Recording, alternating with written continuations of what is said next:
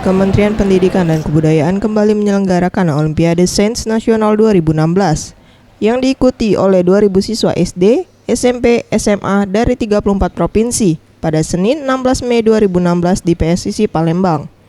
Menurut Anies Baswedan, Menteri Pendidikan dan Kebudayaan yang ditemui usai membuka acara mengatakan, dengan diadakan Olimpiade Sains ini dapat memberikan pemahaman terkait ilmu sains murni yang dapat digunakan untuk kehidupan sehari-hari, serta dapat membentuk karakter siswa untuk berpikir secara ilmiah sehingga tercipta ilmu sains baru.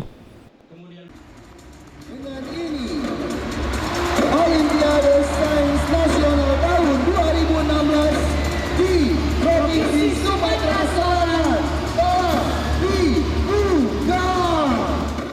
Berharap lewat Olimpiade ini, teman-teman, anak-anak SD, SMP, SMA itu bukan saja mencintai, tetapi juga mau mengembangkan ilmu pengetahuan di bidang sains murni itu.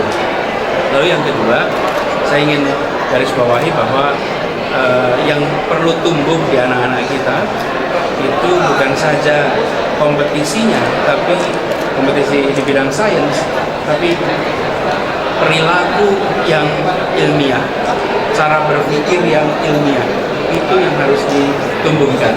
Karena ini saya katakan pada anak-anak semua tadi, bahwa jaga sikap saintifik, ingin mengetahui, curiosity, punya rasa ingin tahu.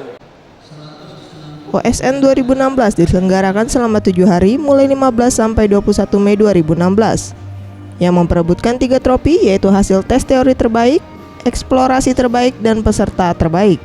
Dengan kategori lomba meliputi bidang matematika, fisika, kimia, informatika, biologi astronomi, ekonomi kebumian, dan geografi. Farel Dwi Satria, Septiawan Rizky, Sriwijaya TV.